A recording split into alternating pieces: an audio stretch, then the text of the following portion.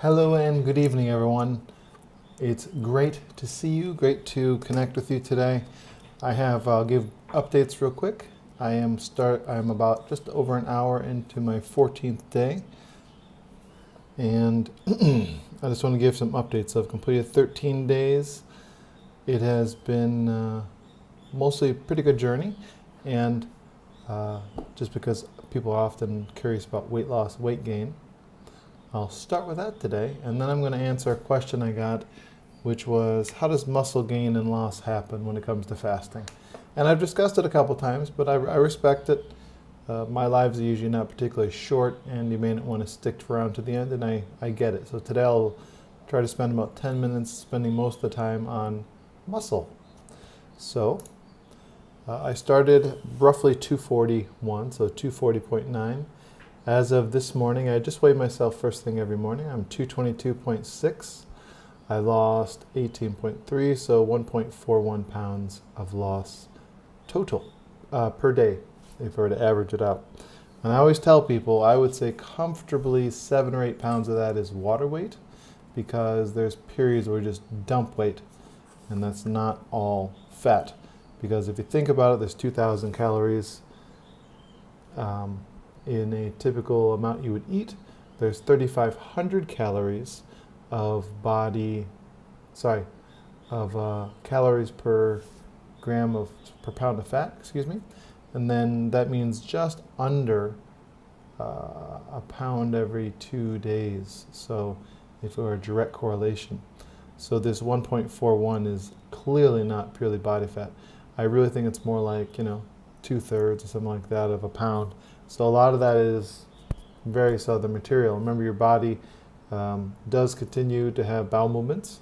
You do continue to detox, and the body just, is eliminating waste while you're doing this. So this is never purely a fat loss experience. I'm sure you can see in my face, though, looking leaner, in my neck as well, leaner. Again, autophagy is in overdrive. Autophagy is what gets rid of, makes the skin more younger, more plump. It'll actually slowly get rid of blemishes, scars, wrinkles, all that kind of good stuff. So I have like a few wrinkles here. I haven't gone long enough, but I have had, for example, this wrinkle here used to be a lot worse. That one has gone away a lot, but I reinforce it by doing that motion. So I don't know, some of these will never go away, because you do that kind of motion that creates these wrinkles. You just gotta understand, nothing will probably ever go away completely, but you will have much, much, much smoother skin. So one thing I wanted to note, let's get rid of this. Again, if you have questions, please reach out to me. For those who are curious about doing fasting and all this kind of stuff, please see a doctor. Talk to a medical professional, especially if you're on medication, especially if you're not an experienced faster, especially if you are a woman who is menstruating, especially if you haven't done really your legwork on your end. But it's every bit as much a marathon experience as it is a sprint. So don't think of it as you need to do it all immediately and you got to just rush and do long fasts, because it has a potential to be deathly dangerous, and I mean this in all seriousness, when you do something over about 5 to 7 days, because your body dumps a bunch of toxins into your colon. And if you don't know how to flush them out properly, even during the fast or after the fast, it will literally kill you. It's like a toxic reaction. So let me explain now muscle mass. So I still have muscle. See, that's muscle, right? So I'm not super lean. So super lean people, this would be nice refined muscle right there, right? But actually interesting too, because you're losing fat. This skin, sorry, angles are always funny. This skin here is softer but looser. See how it kind of pulls away a little bit? Before I was doing the fast, it wasn't doing that. And that is fat loss. So there's fat loss happening, which causes this little bit of skin. And you're gonna, it's not so much here yet, but it will be. So you see, I can pinch there, there's lots of fat. So as I go deeper into my fast, this will get thinner. And then this part of my arm, I have a little bit here, will get more like this, right? And here's why it's really paramount that as you fast, even post these long block fasts that you do intermittent fasting and just shorter 24, 36, 72, 48-hour fasts, is anytime you go longer than 17 hours, your body does autophagy, which is self-eating. Part of that process is your body pulling back and getting rid of unnecessary skin. So if I have floppy skin, for example, after doing this fast, I probably won't get lean enough to have super floppy, but there will be a loose skin. And your body has the ability to slowly but steadily basically tighten up that skin. And in doing so, it becomes less floppy and becomes more taut as it normally would be.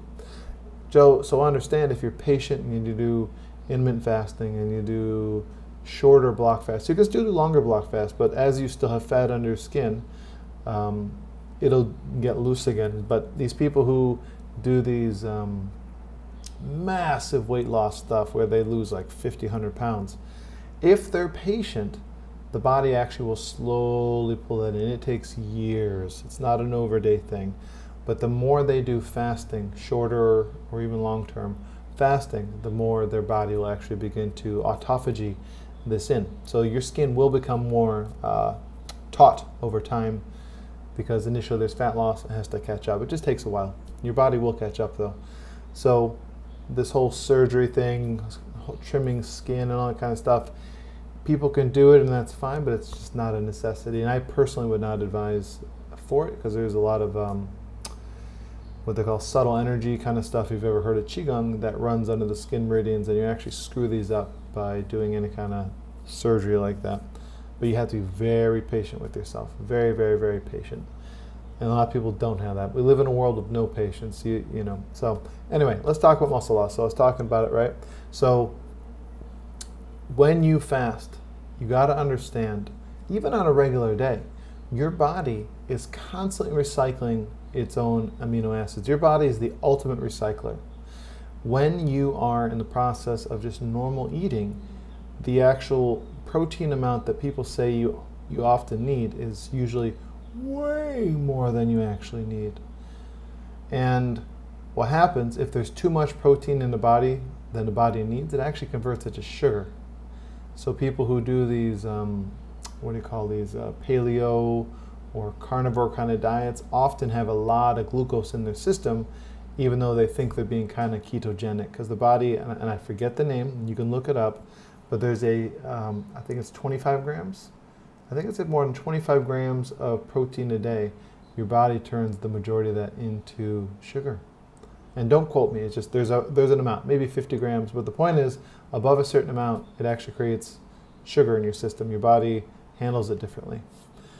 I say this because let me explain the reason why I still have muscle, and the reason how I'm able to still be strong and I'm still working out. I'm actually gaining muscle. I'm actually in the process, as I'm fasting, I've actually, again, I'm a very experienced faster. I always tell people, look at me as someone, I'm not trying to impress anyone, I've just done this a long time. So I'm past the point where fasting is this living hell. So because it's not this living hell and I'm not feeling all this detox symptoms, and most of the days I really don't feel that low energy. Like right now, I did have coffee this morning, but I don't feel dead to the world. I feel like good. Like I can totally go to the gym right now and completely work out and I'll be fine. It's not a brag. I just understand there's a point to once your body gets clean enough and you eat clean enough that you actually, this is the other side of it. And I'm still not fully there. I still have work to do. But I bring this up because when we go through this process, everyone's like, is it going to be like hell forever? No, but you have to be patient. It's a marathon. But the reason the body keeps so much of the protein and doesn't want to get rid of it, it's the last thing it gets rid of. It goes through all your fat first. The reason this is that you need to have the ability to climb the tree, to run after the thing, to swim after this.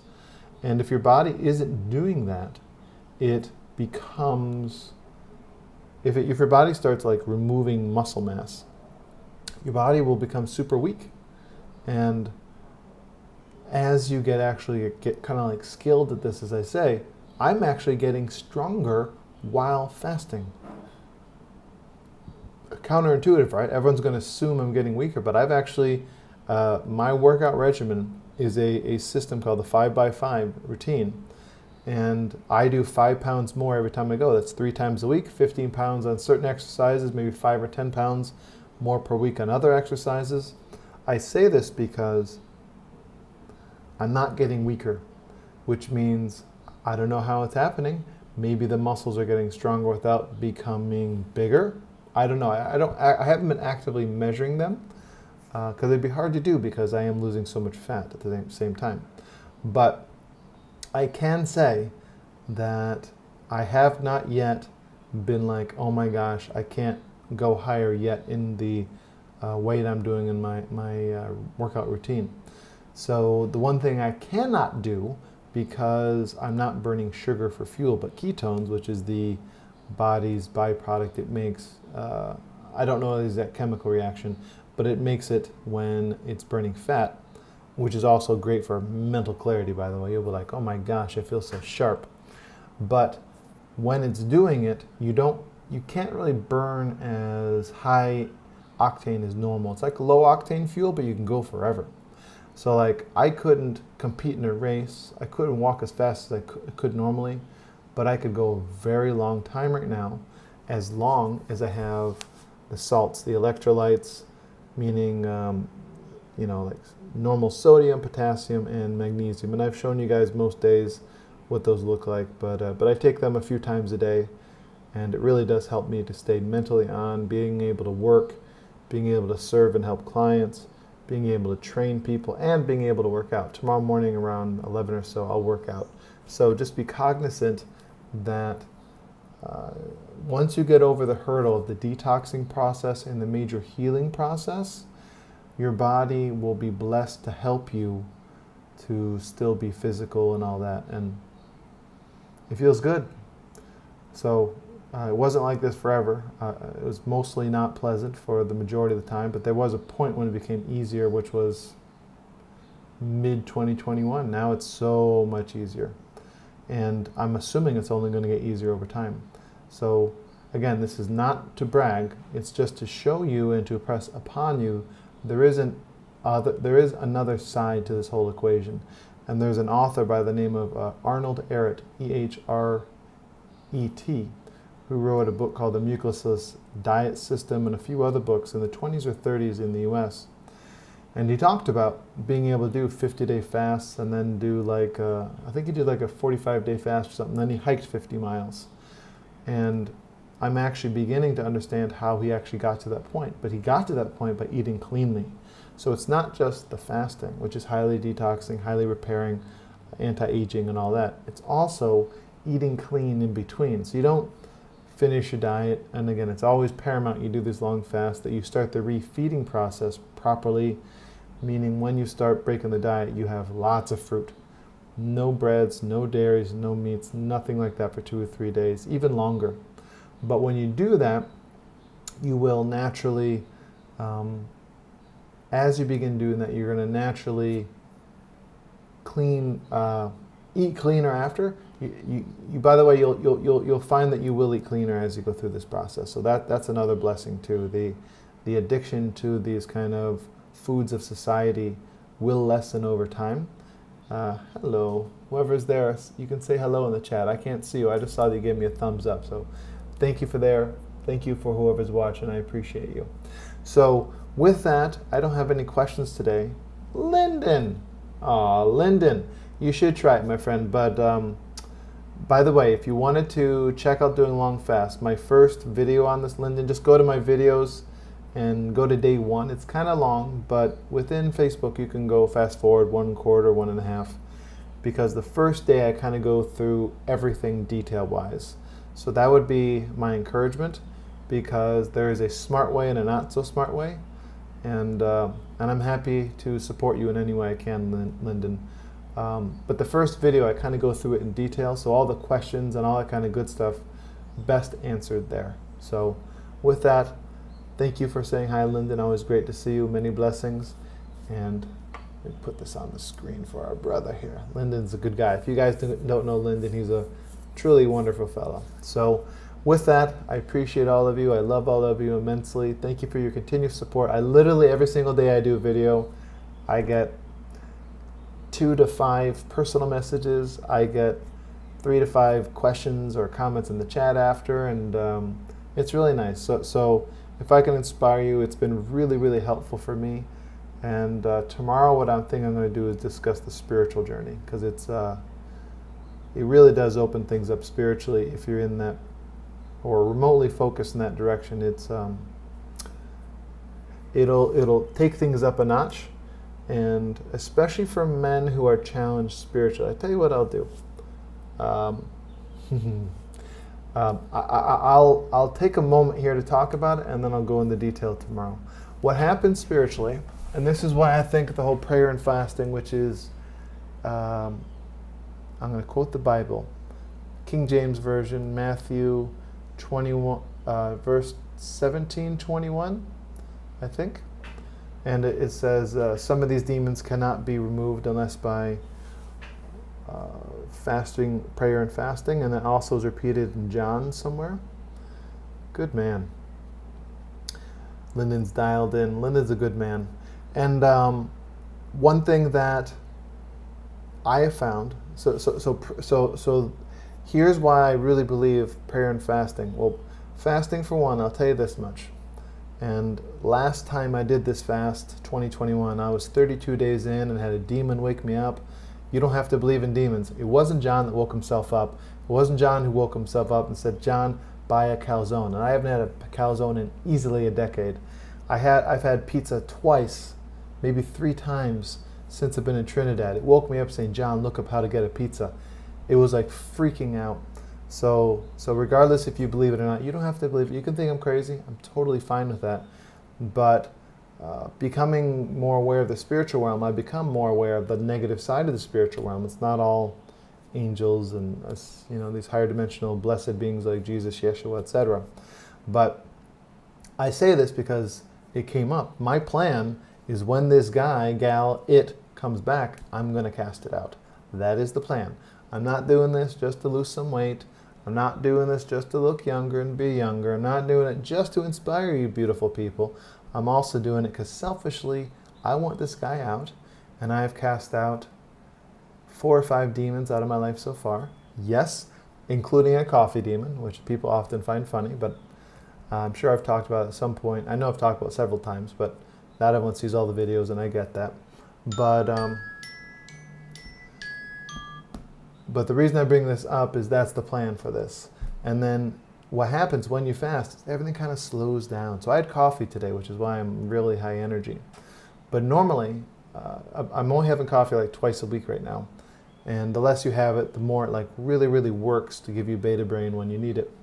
And when you don't have it, like I did my spiritual practice this morning pre-coffee, my brain was totally chilled out. And when you kind of connect to the heavenly realms, and you know how to do that, and it could be with prayer or anything, they are so much more receptive. So regardless of your spiritual beliefs, religious beliefs, whatever, so let's say you're Hindu, like connecting with Krishna, call forth Krishna, pray and connect with him, talk to him, whatever. If you're Christian, call forth Jesus, Master Yeshua, or the Holy Spirit, But what you'll find, and you call them forth, I'll often have a dialogue with them, even in my head. But once I'm done with that, and I ask you, fill me with your love, fill me with blessings today, and I feel it profoundly. Whereas, and this is again, men are challenged this way, is when we as men do spiritual stuff, because our energy is masculine, it goes outward, we're not as receptive as women. When we kind of chill our brains out, as fasting does, and it really puts you into deep, I'm not exactly sure, delta maybe, I don't think goes into theta, but it goes in really deep brainwave states, really slows your brain down, you're much more receptive. So when you tune in and when you ask and when you have this dialogue or however you choose to do it, I generally have a dialogue, but everyone has their own way. And yes, for those who are asking, I do test the beings who talk to me because not all benevolent. But I say this because us men typically don't have this receptivity. So the more chilled out we are, the more our mind is literally like, and literally I felt high for 20 minutes after I finished my practice. I still could feel the divine flowing into me. It was beautiful. But this is the blessing of fasting. So prayer and fasting, you're much more divinely connected, and your body is literally like washing and throwing out and bringing up trauma and things it needs to heal. It's not just your physical body. There's stuff stored in you, and when it gets burned through, it comes to the surface. And I am very much, when in the fasting state or in this whole thing, stuff that I may think I may have overcome, aspects that I have not, which I'm always very thankful, by the way. I'm not like, oh gosh, another silly thing to work through. I'm actually like, thank you. What a blessing to face this. So that's what I'll talk about tomorrow. So tomorrow I'm going to spend the whole time, a little update, but then I'll talk about the spiritual aspect. I'll go a little deeper there. Maybe give you guys some practices or ideas to do that. But yeah, so that'll be tomorrow. I'll make a note of that. But I love and appreciate all of you. You're amazing. Thank you so much for your support. Brother Lyndon, I love and appreciate my friend. You're a good man, and I'm so happy to be connected with you. And I do hope you try out fasting. But again, check out video 1 that I did. It'll kind of be the most comprehensive of all of the series I've done so far. So much love, everyone. Have a great night. I wish you the best. Bye-bye.